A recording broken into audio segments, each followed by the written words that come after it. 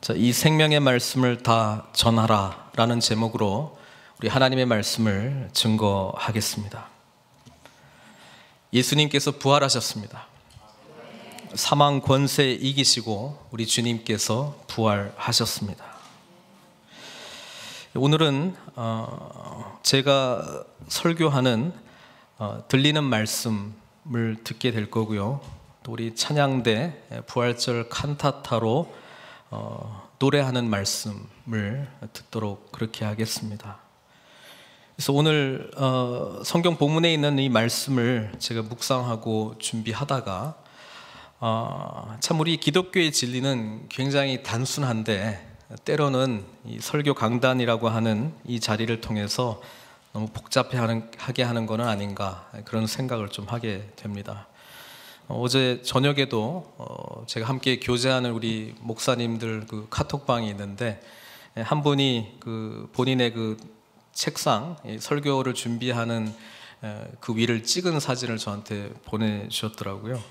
거기 안에는 빈 커피 마셨던 이 잔 여러 개 하고 음료수 여러 개를 마시면서 드시면서 그냥 예수님께서 부활하셨습니다. 이 한마디를 하면 될 것 같은데 내일 부활절 설교 준비로 지금 풀리지 않는 그 답답함을 그 사진 한 장에 담아서 저한테 보내주었습니다. 여러분, 부활은 제가 작년에 보니까 요한복음에 나와 있는 선포식 설교를 제가 여러분들께 했던 것을 제가 기억을 합니다. 부활은 하나님께서 우리를 위해서 행하신 사건입니다. 우리는 그 놀라우신 부활의 사건 때문에 예수님께서 말씀하셨던 모든 내용들이 사실이구나 라고 하는 확증을 받게 됩니다. 그래서 부활의 감격이 있는 자만 예수님께서 말씀하신 또 성경의 모든 말씀은 진리이구나 라고 하는 그런 확신 속에서 살아갈 수 있는 것입니다. 그래서 사도행전에 나오는 우리 베드로 사도의 설교를 계속 우리가 보고 있는데요. 거기에 보면은 복음의 핵심적인 내용, 또 오늘도 우리가 30절부터 32절까지 그 모든 복음 설교의 핵심 내용이 다 담겨져 있는데요. 이것을 이들이 감옥에 가둬놨는데도 불구하고 막을 수 없었던 이유는 바로 부활하신 주님의 그 너무나도 부정할 수 없는 확실한 사건 때문에 이들이 그렇게 담대하게 복음을 전하게 되었다라고 하는 사실입니다.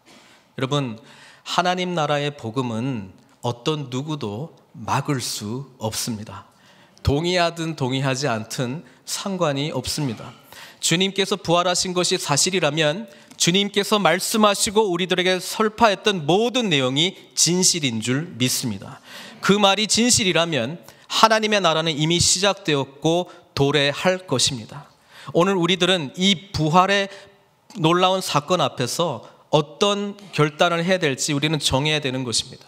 부활하신 사건이 사실이라면, 그리고 하나님께서 하나님 나라의 복음을 예수 그리스도를 통해서 전해주셨다면 우리는 이 복음의 말씀에 합당한 삶을 살든지 그렇지 않든지 이 두 가지의 선택만이 우리에게 있다는 내용입니다. 사도들을 옥에 가두어 놨는데요, 주님의 사자가 개입을 해서 밤에 옥문을 열고 이들에게 이렇게 이야기합니다. 가서 성전에 서서 이 생명의 말씀을 다 백성에게 말하라. 저는 이 말씀을 묵상하면서 영어 성경에는 full message of this new life 이렇게 되어 있거든요. full message, 완전한 메시지. 이 메시지를 전부 다 전해라 이렇게 이야기를 하고 있습니다. 우리 목회자들 또는 교회의 잘못 중에 하나가 이 메시지를 다 전하지 않은 것이 아닌가라고 하는 생각을 불현듯 하게 됩니다. 무슨 말인고 하니 제가 올해도 하나님 나라 복음을 굉장히 강조하고 있는데요, 반쪽짜리 복음을 전했다라고 하는 것입니다. 그것은 예수님은 우리를 죄에서 죽음에서 구원하신 분으로만 전했다라고 하는 것입니다. 그 의미는 이제는 그 다음 단계인 왕의 통치를 받는 그 자리까지 나아가는 것을 말해야 되는데, 다 전해야 되는데 반쪽만 너무 강조했다, 이 말씀입니다. 그렇기 때문에 나의 죄를 대신해서 예수님이 죽으셨다라고 하는 그 메시지는 너무나도 분명하게 우리가 받고 아멘 하지만, 그러나 그것은 곧 예수님은 왕이시기 때문에 이제 그분의 나라 백성으로서 왕의 통치를 받고 그분의 뜻을 분별하고 그 뜻에 온전히 순종하는 삶을 살아야 된다라고 하는 그 메시지는 상대적으로 강조되지 않기 때문에 구원받아서 천국은 가는데 그 나머지 삶은 옵션인 것처럼, 마치 제자 훈련 받고 신앙생활 오래 하고 무슨 목사나 선교사나 장로나 이런 어떤 신앙의 연륜이 깊은 사람들만 하는, 그냥 선택해서 가는 좁은 길은 그들에게만 넘겨진 것이고, 그냥 예수의 구원을 받고 오늘 죽어도 천국 가는 확신 속에 살면 우리는 나머지 삶은 그냥 내가 하고 싶은 대로 살아도 된다라고 하는 반쪽짜리 복음만 강조하지 않았나라고 하는 생각을 갖게 됩니다. 올 한 해 동안에 분명하게 여러분 복음의 메시지가 우리들에게 들릴 때에 확실하게 알기를 바랍니다. 여러분, 이 온전한 복음을 요약하면은 30절, 31절, 32절이에요. 제가 다시 한번 읽어볼게요. 너희가 나무에 달아 죽인 예수를 우리 조상의 하나님이 살리시고 이스라엘에게 회개함과 죄 사함을 주시려고 그를 오른손으로 높이사 임금과 구주로 삼으셨느니라.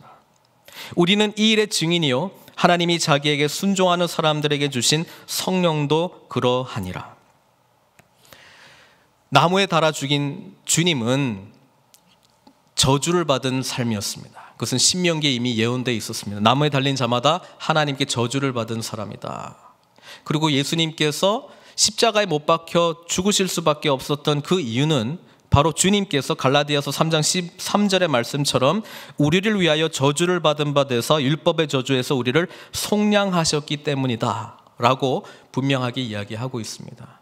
주님은 우리를 대신해서 우리가 마땅히 받아야 될 하나님의 저주 대신에 주님께서 직접 받으셨고요, 우리를 그 저주로부터 해방시켜 주셨습니다. 그게 끝이 아니고요, 오늘 성경 말씀은 그래서 우리에게 회개함과 죄사함을 주시고 그 다음에 그를 오른손으로 높임사 임금과 구주로 삼으셨다는 거예요. 부활하신 주님은 이제 주님께서 가르쳐주셨던 모든 하나님 나라의 말씀이 사실이라고 하는 그 확증을 우리에게 주셨을 뿐 아니라 주님 안에서 살아가는 것은 새 생명을 사는 것이다 말씀해 주셨고, 부활하시고 승천하셨다 이 말이에요. 승천하셔서 하나님 우편에 앉으셨다라고 하는 것은 이제 온 우주 만물의 통치자는 주님이시다 그 말입니다. 그래서 그 말씀을 믿고 살아가는 자는 그리스도의 영이신 32절에 하나님이 자기에게 순종하는 사람들에게 주신 성령입니다. 성령님은 그리스도의 영이신데 우리에게 주신 이유는 하나님 나라 백성으로 살아갈 수 있는 능력을 주시기 위함이고요, 성령께서 우리 가운데 함께 하시는 그 은혜가 우리에게 부활하신 주님의 새로운 생명이 우리에게 흘러넘친다라고 하는 뜻입니다. 그렇기 때문에 이제 우리가 살아가는 것은 예수 그리스도를 왕으로 모시는 삶이에요. 구원받았기 때문에 왕으로 모시는 삶을 사는 거예요. 왕으로 모시려고 살려고 하다 보니까 그분의 뜻을 알아야 되잖아요. 그래서 말씀 보는 거예요. 그분의 뜻을 분별해야 되잖아요. 그래서 기도하는 거예요. 그리고 성령께서 하나님의 뜻대로 살아갈 수 있는 능력을 주셨다라고 이미 약속해 주고 있는 것입니다. 그래서 이 3절도 길다면 오늘 사도행전 5장에는 이 3절도 한 구절로 그냥 정리를 했어요. 복음이 뭔지. 42절에 나오는데요, 그들이 날마다 성전에 있든지 집에 있든지 뭐라고요? 예수는 그리스도. 그 한 메시지 안에 이 모든 게 담겨져 있는 겁니다. 예수님은 나를 천국 가게 하는 티켓 주신 분, 그렇게 간단하게 설명하지 않고요, 예수님은 그리스도, 왕이시라는 것입니다. 여러분, 이 메시지 앞에 우리가 부활하신 주님께서 보여주신 세상 역사가 바꿀 수 없는 이 놀라운 사건 때문에 우리는 믿고 그분의 통치 아래 담대함으로 살아가야 될 줄로 믿습니다. 이것이 저와 여러분들이 부활의 은혜 속에 잠긴 우리들이 살아가야 될 길인 줄로 믿습니다. 오늘 제가 새벽에 일찍 일어났는데요, 베트남에 계신 저희 부친께서 카톡 메시지를 하나 보내주셨어요. 부활절 아침에 시를 한 편을 적으셔서 저한테 보내주셨습니다. 제가 그 전체를 다 소개할 수는 없고 좀 나누려고 합니다. 예전에 저랑 같이 이야기를 하다가 제가 재밌는 책을 하나 발견을 했습니다. 그 책 제목이 The Discovery of Genesis라고 하는 책입니다. 창세기의 발견이라고 하는 책이요. 근데 그 책의 부제는 이렇습니다. How the truths of Genesis were found hidden in the Chinese language. 한자, 중국의 한자에 담긴 그 창세기의 진리라고 하는 책인데요. 미국 병리학자 넬슨 박사가 그 한자를 공부를 하다가 아무리 봐도 한자어의 기본적인 단어들이 이 창세기하고 너무 연결이 돼 있다는 거예요. 그래서 그 책이에요. 그래서 그 책 안에 창세기에 나와 있는 많은 이야기들이 한자어의 기본적인 그런 문자에 표현되어 있다라고 하는 그런 책인데요. 그 책을 제가 함께 아버님과 나눴던 적이 있습니다. 그래서 너무 재밌어 하셔가지고 한자를 또 좋아하시니까 성경을 읽으면서 더 많은 한자들을 찾으셨다라고 하는 거예요. 그래서 저한테 보내주신 오늘 아침에 그 시는 창세기부터 부활하신 주님 때까지의 내용을 한자어를 쓰면서 이렇게 기록되어 있던 내용인데 제가 좀 소개를 하려고 그래요. 근데 이거는 뭐 처음부터 이분만이 한 건 아니고요. 이미 허든슨 테일러라고 하는 선교사님이 중국의 내륙 선교라고 하는 새로운 선교의 패러다임을 말씀하셨을 때에 보여준 방법이기도 합니다. 그동안에는 이제 해안선 따라서 서구의 선교사님들이 많이 선교를 했는데요. 그들은 복음과 함께 그들의 문화도 예수님께서 하나님께서 주신 거라고 생각하고 선교지에 가서 복음을 전할 때에 복음만 전한 것이 아니라 그들의 라이프 스타일도 같이 전했습니다. 그러니까 그들이 선교할 때는 해안의 중요한 도시들을 따라서 유럽식 집을 짓고 유럽식 방법으로 또 미국식 방법으로 예배를 드리고 그것을 그대로 이식을 하는 것이 복음을 전하는 것이라고 생각을 했는데 허드슨 테일러는 그렇게 생각하지 않았습니다. 예수님께서 하늘 영광을 버리시고 이 땅 가운데 성육신하셔서 우리와 같이 되신 분이 복음의 메시지를 전하신 거라면 우리도 그들의 삶 속에 들어가야 된다라고 생각을 했습니다. 그래서 허드슨 테일러는 중국 옷을 입고 중국 머리 스타일로 머리를 깎고 중국 음식을 먹고 그들의 언어와 그들의 문화를 가지고 복음을 증거하려고 노력을 했습니다. 그래서 전도할 때 제일 많이 썼던 한자어가 아까 스크린에 올라왔던 이 단어입니다. 이 단어가 뭐죠? 의라고 하는 단어인데요. 이 의는 위쪽이랑 아래쪽이랑 두 개의 단어로 분리가 됩니다. 한쪽은 양입니다. 양. 그리고 옆에 있는 것은 나아자라고 하는 겁니다. 그래서 이 한자어를 전했을 때 이걸 통해서 이제 복음을 허드슨 테일러가 전했을 때요. 그들은 그 의라고 하는 단어는 알고 있었습니다. 근데 풀이해 주는 것이죠. 이 어린 양은 바로 6월절 어린 양이신 우리 주님이시고 당신을 위해서 죽으셨다는 거예요. 그래서 이 어린 양의 피가 당신에게 흐를 때에 우리는 어떻게 된다고요? 의로워진다라고 하는 이야기를 해 주셨습니다. 그래서 새로운 이야기는 아닌데 제가 저희 아버지께서 쓰신 시를 다 읽어드리기는 좀 그렇고요. 그 안에 있는 한자어를 소개를 하고 그다음에 마지막 시를 읽고 이제 오늘 설교를 좀 마치려고 합니다.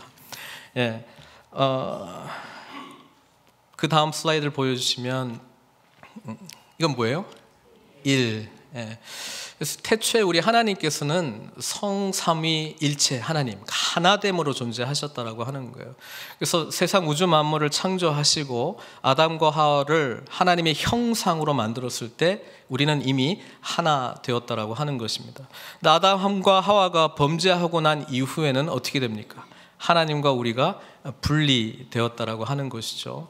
그래서 이라고 하는 이 단어 속에 한자어 속에 우리는 이제 분리되어 있는 그래서 인간은 결코 하나님께 나아갈 수 없는 이 분리의 모습이 있습니다.